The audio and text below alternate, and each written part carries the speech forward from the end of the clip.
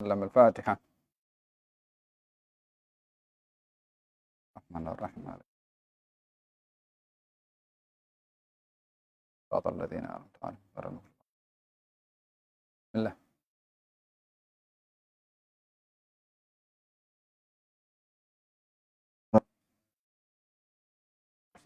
Rahimahullah ta'ala wa nafa'ana bihi wa bi ulumihi wa bi ulumikum wa bi ulumi sa'irin sahih la'angqal.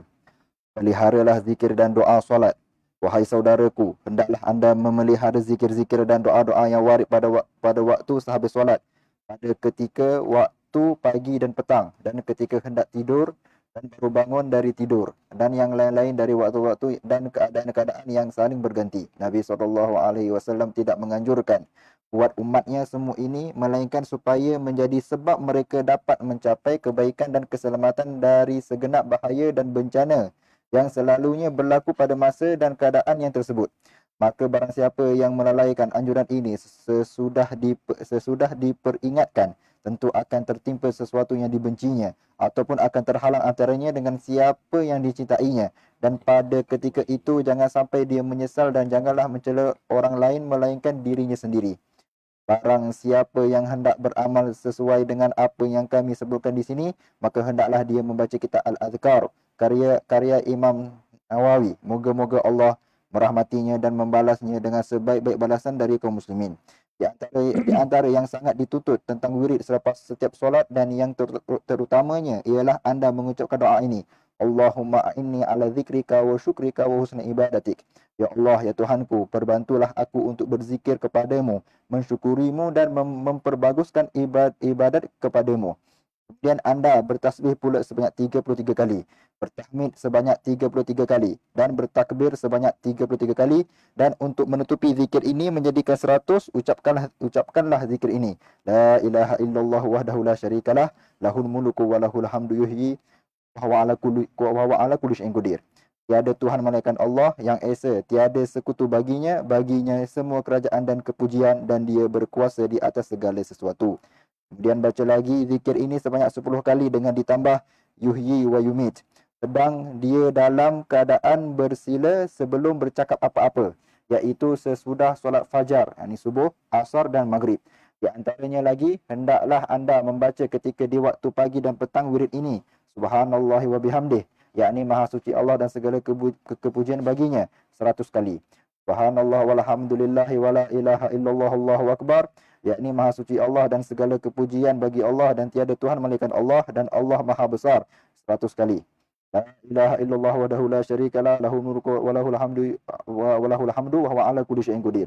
Yakni tiada Tuhan melainkan Allah yang esa, tiada sekutu baginya semua kerajaan dan baginya segenap kepujian, dan dia berkuasa di atas segala sesuatu 100 kali.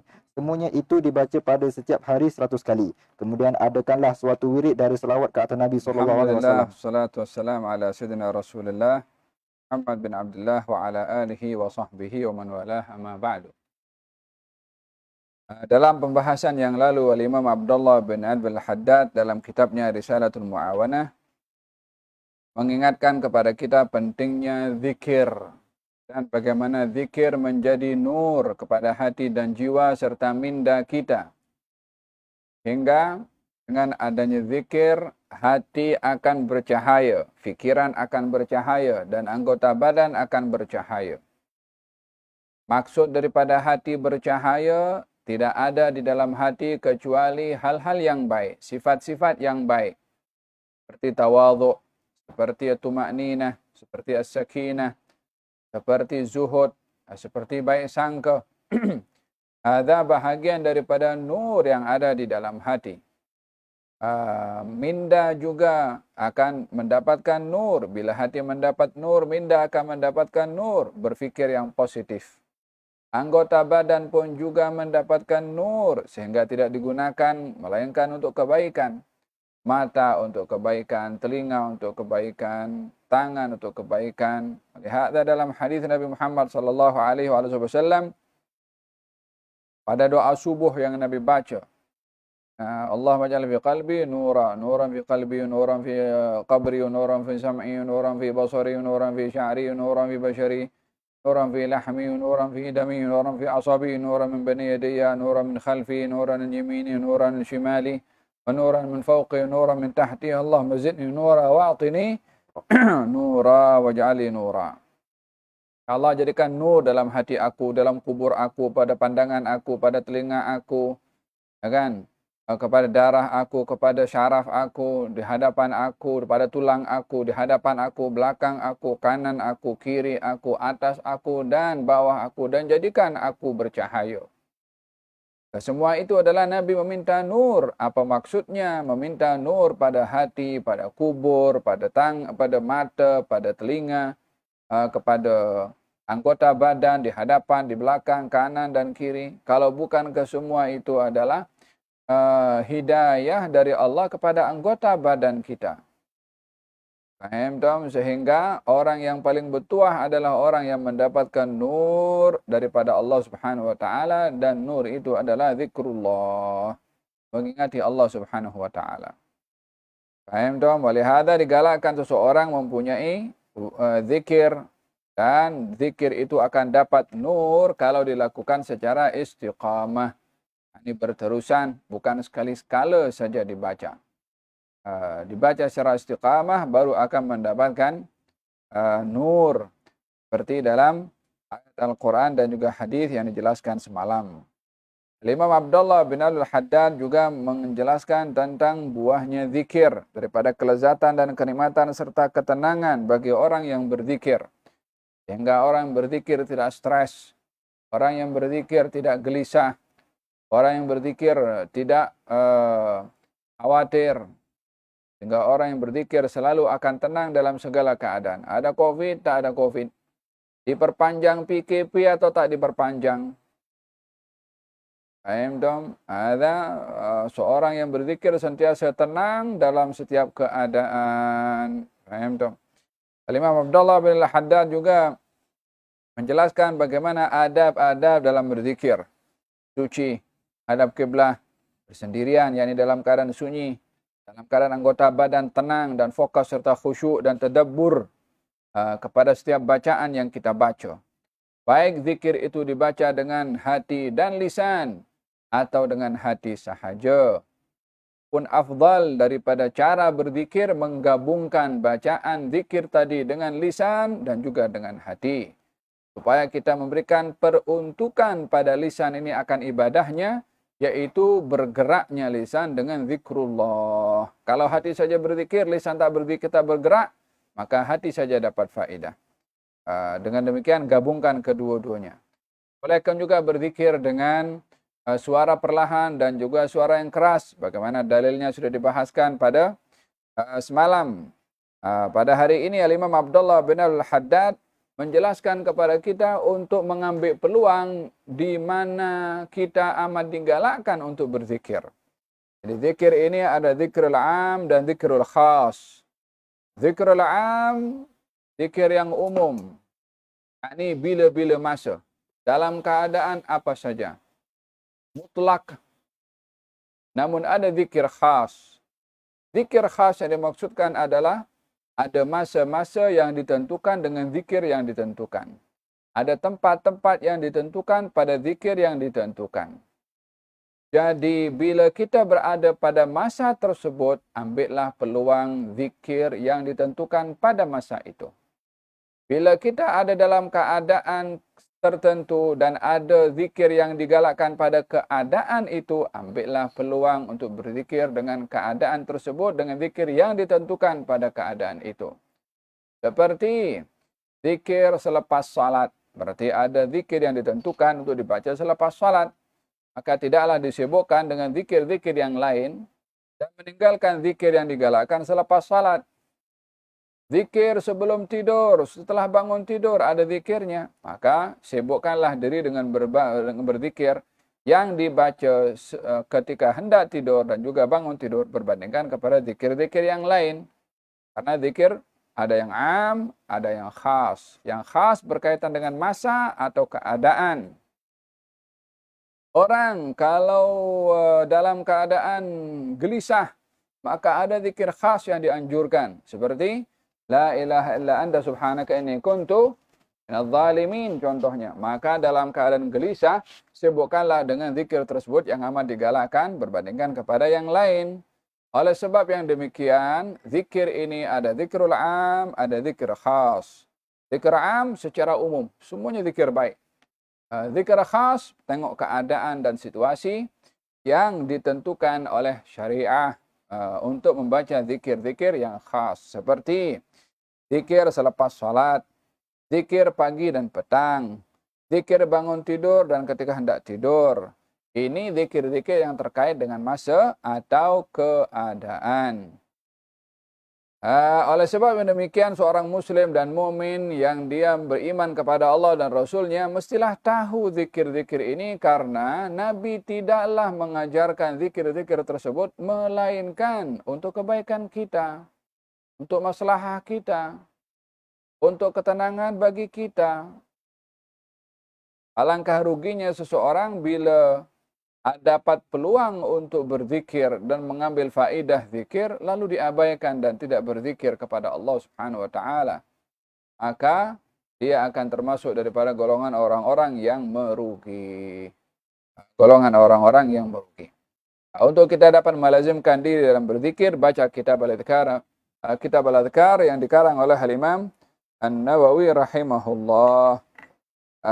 Dahulu para salaf mengatakan bi'dar washtaril adhkar.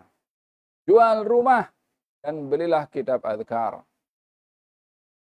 Yani maknanya pentingnya kitab adhkar ni sampai kalau ada orang nak jual rumah untuk beli kitab adhkar. Maksudnya ini mubalaghah.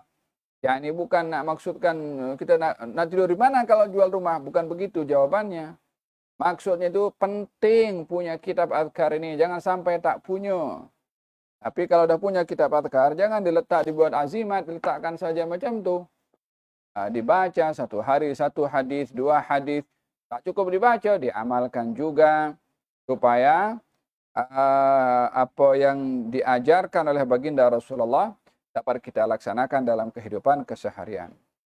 Antara fadail orang berzikir selepas salat, yakni orang yang berzikir kepada Allah Subhanahu wa taala 33 la subhanallah, 33 alhamdulillah, 33 Allahu akbar, diakhiri dengan la ilaha illallah wa la syarika la lahul mulku wa lahul hamdu yuhyi wa yumiitu wa ala kulli syai'in qadir. Kata Nabi, yang berzikir dengan zikir ini akan diampunkan dosanya walaupun sebanyak buih di atas lautan.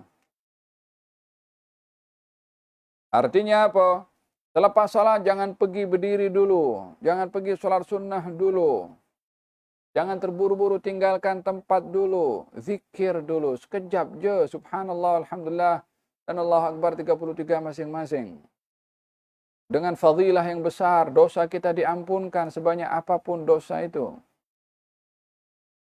Allah berfirman dalam Al-Quran. فَإِذَا فَرَغْتَ فَانْصَبْ.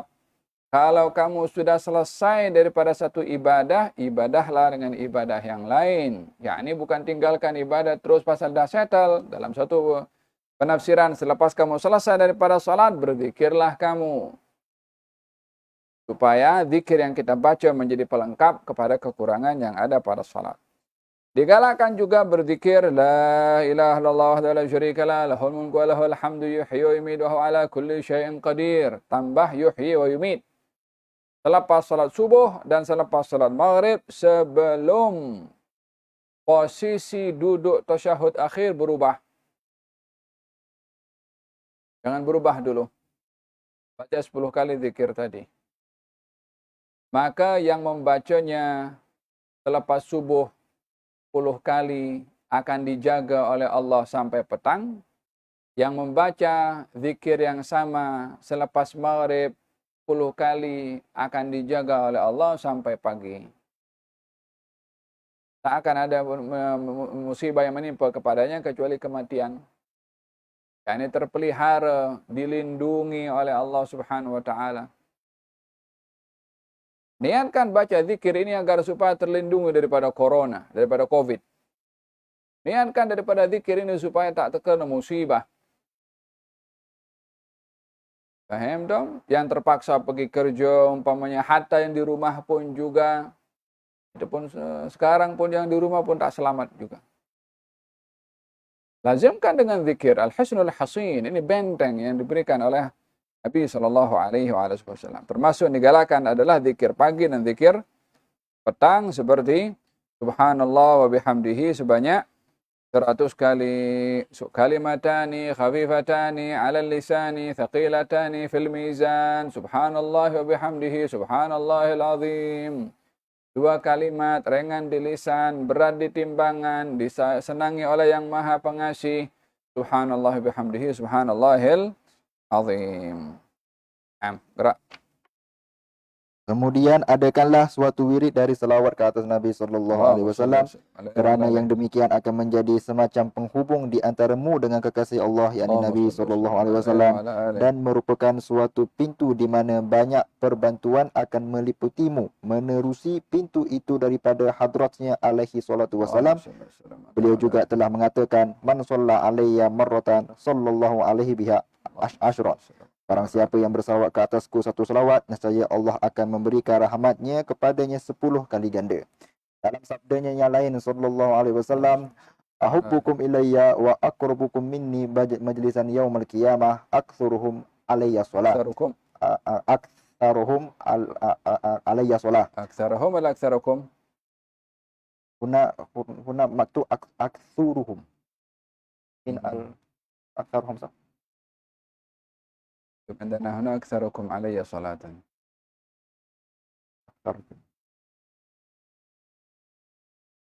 إذن يحتاج إلى التأكد في ليش؟ في الحديث. أحبكم إلي وأقربكم مني من مجلسا يوم القيامة أكثركم علي صلاة. يكون هناك أكثرهم. أيوة. أكثرهم. أيوة. ضميركم ولا هم؟ بالهم. عندنا كم. أيوة أنا كنا خطأ. إذن يحتاج إلى التأكد. اقرأ. Dalam sabdanya yang lain sallallahu alaihi wasallam, ahabbukum ilayya wa aqrabukum minni majlisan yaumil qiyamah aktsarukum alayya shalah. Orang yang paling tercinta di antara kamu dan yang paling dekat tempatnya kepadaku di hari kiamat ialah orang yang paling banyak berselawat kepadaku. Allah Ta'ala pula telah menyuruh kita berselawat kepada Nabi sallallahu alaihi wasallam, iaitu seperti yang tersebut di dalam kitabnya yang mulia. Ya ayyuhallazina amanu sallu alaihi wa sallimu taslima. Wahai orang-orang yang beriman, selawatlah ke atasnya dan bersalamlah dengan sesungguh-sungguh salam. Turutlah suruhan ini dan perbanyakkanlah selawat dan salam itu. Dan jangan lokek. Dan jangan lokek membaca sedikit. Jangan bakhil. Dan jangan bakhil membaca sedikit. Kemudian lengkapkanlah di dalam selawat dan salam itu doa bagi kaum keluarganya bersama-sama. Banyakkan wirid ini khususnya pada malam Jumaat dan siangnya, kerana Nabi sallallahu alaihi wasallam telah bersabda, "Aktsiru minas salati alayya fil lailatil ghurra wal yaumil azhar." Perbanyakkanlah berselawat ke atasku pada malam yang terbaik dan hari yang bercahaya, yakni malam Jumaat dan siangnya. Selawat Allah ke atas Nabi sallallahu alaihi wasallam dan keluarganya, dan segala puji bagi Allah Tuhan semesta alam. Di antara amalan yang perlu kita lakukan secara istiqamah adalah berselawat kepada Rasulullah. Berselawat kepada Rasulullah juz'an minadz dzikri. Yani bahagian daripada zikir itu selawat. Zikir ini mempunyai makna yang umum. Hal-hal yang mengingatkan kita kepada Allah Subhanahu wa taala, maka ia dinamakan zikir. Tafakkur itu zikir. Baca Quran itu zikir. Baca kitab-kitab ilmu agama yang mengingatkan kita kepada Allah itu zikir. Subhanallah walhamdulillah wa la ilaha illallah Allahu akbar al-baqiyatus salihat adalah zikir. Termasuk zikir adalah salawat kepada baginda Rasulullah sallallahu alaihi wa ala alihi wasallam. Di dalam berselawat adalah yang pertama mengikuti perbuatan Allah. Karena Allah berselawat, maka kita pun mengikuti Allah Subhanahu wa taala yang berselawat pada baginda Rasulullah. Innallaha wa malaikatahu yusalluna 'alan nabi ya ayyuhalladzina amanu sallu 'alaihi wa sallimu taslima. Maka meniru perbuatan Allah dan para malaikatnya berselawat, kita diperintahkan untuk berselawat kepada Nabi dan bersalam kepada beliau.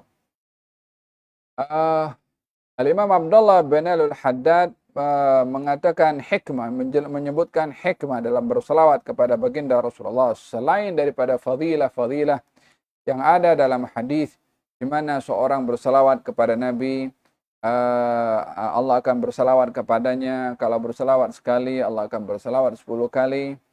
Dan di hari kiamat adalah orang yang paling dekat dengan Nabi adalah orang yang paling banyak berselawat. Orang yang paling disayang oleh Nabi adalah orang yang paling banyak berselawat kepada baginda Rasulullah. Ini kelebihan-kelebihan dan fadilat-fadilat yang didapat nanti di akhirat. Namun yang terpenting sekali bagi mereka yang masih hidup di dunia di dalam berselawat kepada baginda Rasulullah sallallahu alaihi wasallam, selain ianya adalah zikir kepada Allah Subhanahu wa taala, ianya adalah ingin mempererat, memperdekat hubungannya dengan baginda Rasulullah sallallahu alaihi wasallam di dunia. Kalimat salawat daripada kata salatun atau silatun. Silatun artinya perhubungan. Bersalawat kepada Nabi menghubungkan dengan Nabi sallallahu alaihi wasallam secara bahasa. Salawat itu adalah artinya silatun, yakni perhubungan. Dengan itu Al-Imam Abdullah bin Al-Haddad mengatakan fa innaha waslatun bainak wa baina nabiyillah. Sesungguhnya bersalawat itu wuslah, penghubung antara kamu dengan Nabi Muhammad sallallahu alaihi wasallam, yang dengan perhubungan kamu dengannya kamu akan mendapatkan keberkatan dari Allah Subhanahu wa taala dan juga indahnya nikmat berhubung dengan baginda Rasulullah sallallahu alaihi wasallam. Apa maksud berhubung dengan baginda Rasulullah sallallahu alaihi wasallam? Adakah bermakna berhubung dengan Rasulullah kita bertemu? Adakah makna berhubung dengan Rasulullah kita berjumpa atau kita boleh berkomunikasi? Pada dasarnya baginda Rasulullah sallallahu alaihi wasallam dari kehidupan jasadnya adalah telah kembali ke rahmat Allah dan atau wafat dan meninggal dunia pada tahun ke-11 daripada hijrahnya Rasulullah. Yakni berbandingkan sekarang ada 1439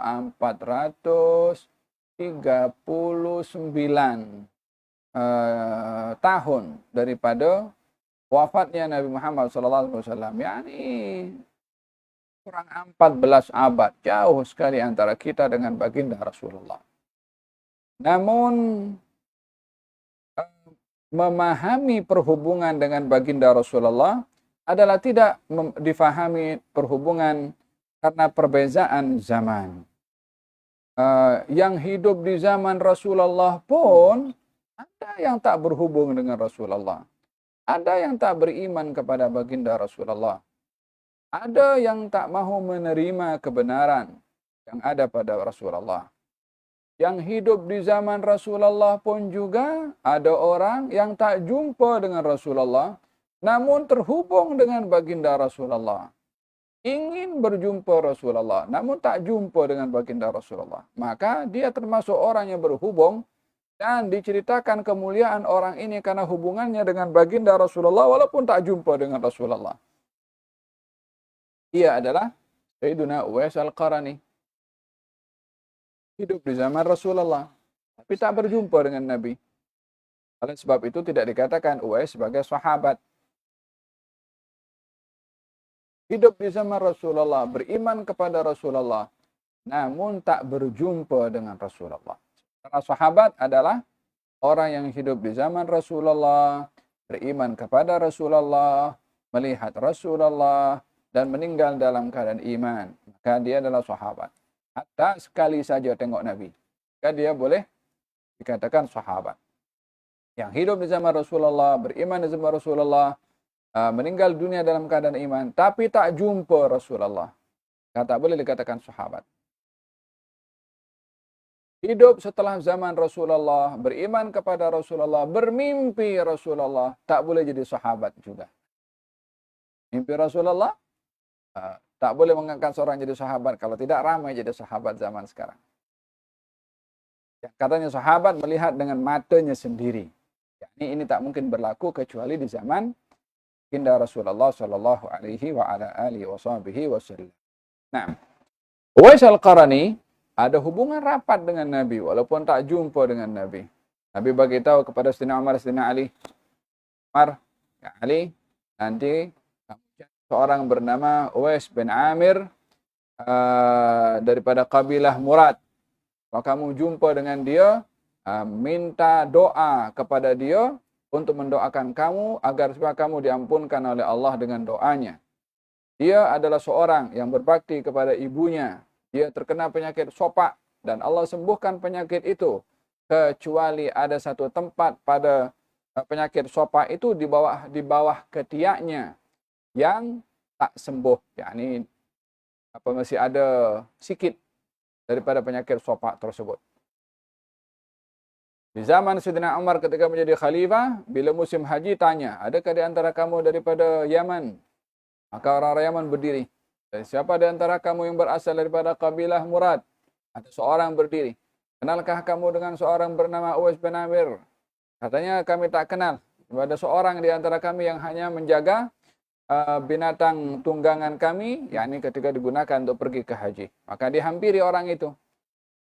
Ditanyalah Sayyidina Umar, siapa kamu? Kan kata Uwais mengatakan saya Abdullah.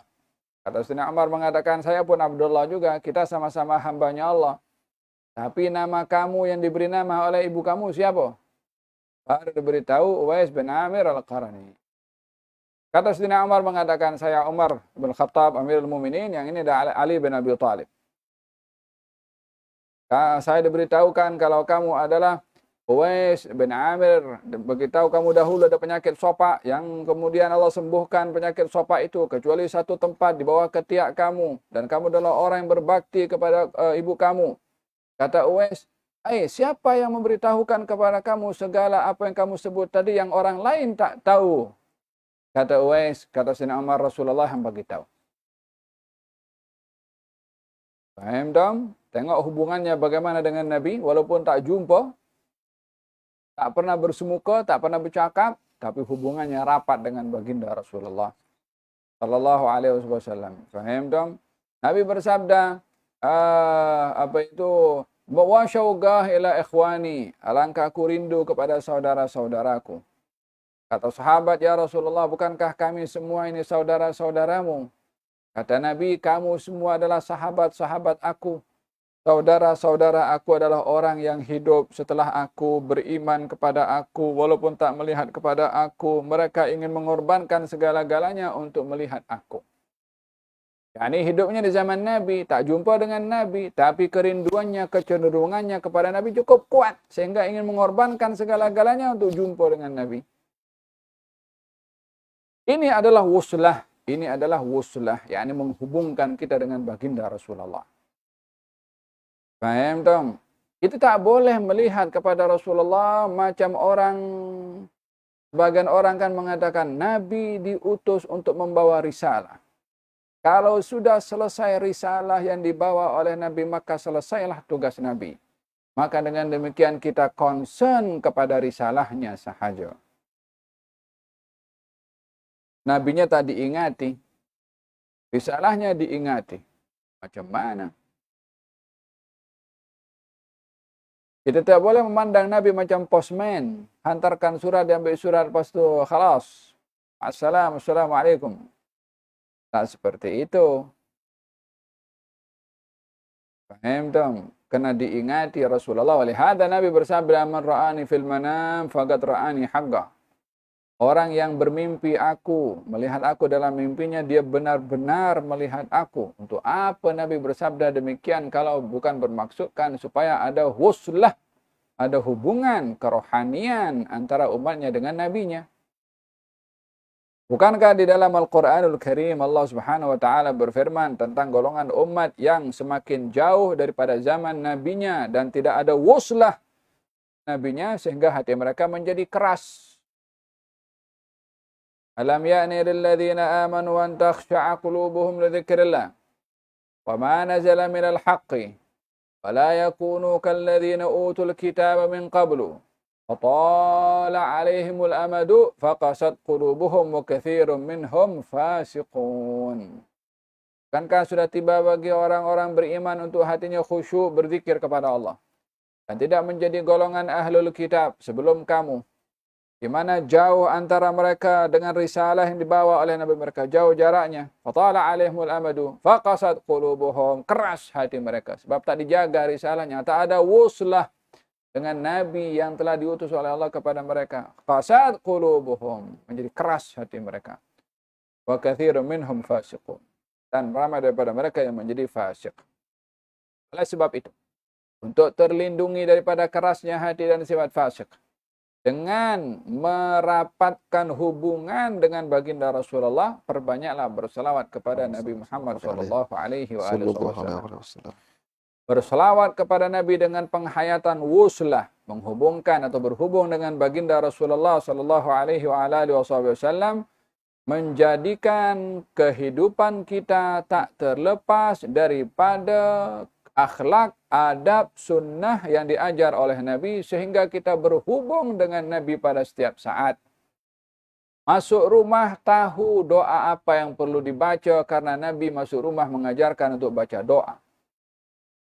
Masuk rumah apa yang patut diucapkan, yaitu berupa salam, karena Nabi kalau masuk rumah mengucapkan salam. Kalau makan dengan tangan kanan, ingat Nabi kalau makan dengan tangan kanan. Membaca bismillah, ingat Nabi karena Nabi makan baca bismillah. Selesainya membaca alhamdulillah karena Nabi membaca berbuat demikian. Tidurnya Nabi macam mana, baringnya Nabi macam mana, apa Nabi baca doa pada ketika tidur, bangun tidur.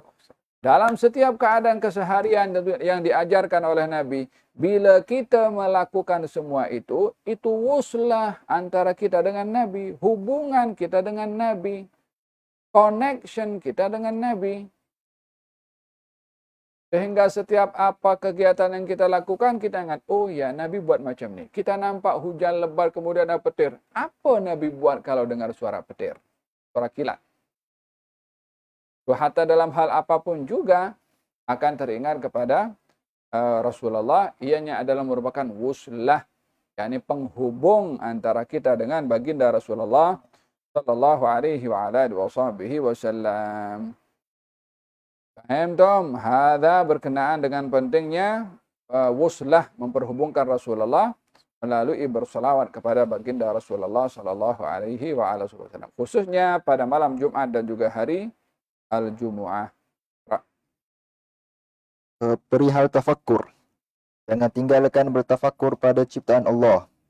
Saudaraku, hendaklah anda mengkhususkan suatu masa untuk bertafakkur pada segala ciptaan Allah Ta'ala pada setiap siang dan malam. Kalau tidak banyak, jangan sampai tidak ada sama sekali. Sebaik-baik masa untuk bertafakkur itu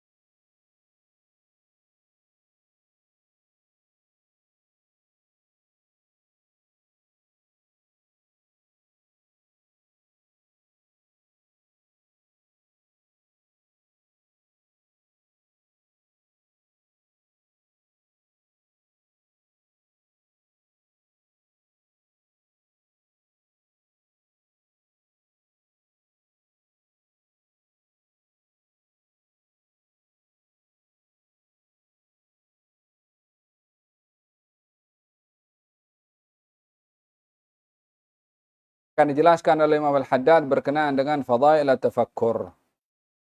Fadlut tafakkur, ini keutamaan untuk bertafakkur yang merupakan ianya adalah ibadah yang digunakan oleh akal fikiran. Ya, ini sebagaimana sebelum ini diingatkan berkali-kali bahwa anggota badan ini, setiap bahagian daripada anggota badan ada ibadahnya tersendiri. Ibadahnya mata memandang hal-hal yang baik. Ibadahnya telinga mendengar perkara-perkara yang baik. Ibadahnya tangan memberi dan membantu. Ibadahnya kaki digunakan untuk melangkahkan ke tempat-tempat yang baik. Ibadahnya perut adalah makan makanan yang halal. Ibadahnya lisan zikir kepada Allah. Ibadahnya akal at-tafakkur. Ibadahnya akal adalah at-tafakkur. Dengan begitu seseorang bila bertafakkur, dan pada hakikatnya setiap ibadah yang kita lakukan itu dengan mata, dengan telinga, dengan anggota badan yang lainnya memerlukan kepada akal untuk bertafakkur, sehingga tidaklah jadi ibadah itu mujarradan anit tafakkur. Jangan sampai ibadah itu sunyi daripada tafakkur. Ibadah yang sunyi daripada tafakkur tak ada faedahnya. Salat tak ada tafakkur tak akan berkesan. Zikir tak ada tafakkur tak akan berkesan. Faham dong? Hanya ada ibadat tersendiri khas tanpa kita menggerakkan lisan kita, hanya kita berfikir tentang bagaimana keajaiban Allah Subhanahu wa taala. Keajaiban ciptaan Allah Subhanahu wa taala yang ianya membawa ma'rifah kita dengan Allah melalui ibadah at-tafakkur. Dan di antara perkara-perkara yang kita bertafakkur untuk kita makin rapat dan ma'rifah kepada Allah adalah bertafakkur tentang nikmat-nikmat Allah Subhanahu wa taala. Wa in ta'uddu ni'matallahi la tuhsuha. Kalau kamu ingin menghitung bilangan nikmat Allah, kamu tidak akan mampu menghitungnya. Ya, subhanallah, oksigen yang kita hirup ini adalah nikmat dari Allah Subhanahu wa taala. Bayangkan kalau dalam 1 menit tak ada oksigen. Macam mana kita punya kehidupan? Matahari ini adalah nikmat daripada Allah Subhanahu wa taala. Bayangkan kalau hidup tak ada matahari. Dijadikan malam itu adalah nikmat dari Allah. Bayangkan kalau tak ada malam. Makan dan minum adalah nikmat daripada Allah. Bayangkan kalau tak ada makanan, tak ada minuman. Dan dalam tubuh badan ini aliran darah yang bergerak, ya kan? Mata boleh berkedip dengan mudahnya, boleh tutup, boleh buka. Tengok kalau mata ini tak boleh ditutup, macam mana tengok macam ni? Tidur pun terbuka mata. Macam mana? Dan manusia diberikan oleh Allah Subhanahu wa taala nikmat yang luar biasa. Tak hanya dilihat nikmat kepada benda yang di luar daripada rumah, kereta, pakaian dan seumpamanya. Tapi lihatlah nikmat tu yang kita tak boleh nak kontrol, yang kita tak boleh nak usaha nak dapat, oksigen. Contohnya, gerakan organ di dalam ini, jantung bergerak dengan pantasnya. Pam kepada darah untuk dialirkan ke seluruh badan. Faham tak? Kesemua itu bahagian daripada nikmat Allah. Bila kita bertafakkur tentang nikmat-nikmat Allah Subhanahu wa taala, maka akan terlahir dalam hati dan jiwa kita ini cinta kepada Allah, sayang kepada Allah, berterima kasih kepada Allah Subhanahu wa taala sebabkan memberikan kepada kita nikmat yang kita tak mampu berusaha untuk mendapatkannya. Faham dong? Hadza berkenaan dengan nikmat Allah Subhanahu wa taala. Fa bi ayyi ala'i rabbikuma kadziban. Berapa banyak dalam surat Ar-Rahman Allah Subhanahu wa taala mengulang-ulang fa bi ayyi ala'i rabbikuma tukadziban. Yani dengan apa lagi daripada nikmat-nikmat Allah yang kamu dustakan? Yani nak bagi tahu terlalu banyak nikmat ini. Mengapa masih ada yang mendustakan nikmat tersebut?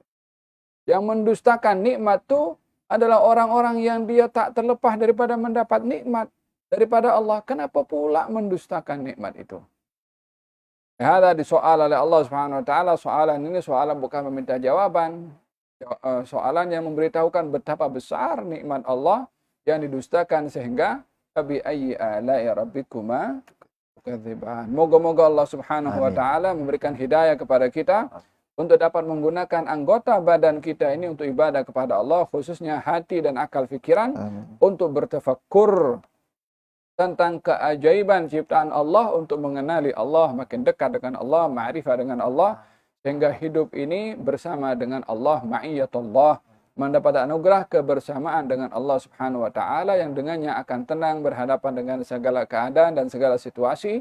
Dan moga-moga Allah Subhanahu wa taala anugerahkan kepada kita mulazamah dan muwadhabah serta istiqamah dalam zikir kepada Allah, dan dianugerahkan oleh Allah Subhanahu wa taala asrar az-zikir, fawaid az-zikir, manafi' az-zikir, dan juga ma'ani az-zikir ya rabbal alamin. Amin amin amin. Insyid ya munsyid.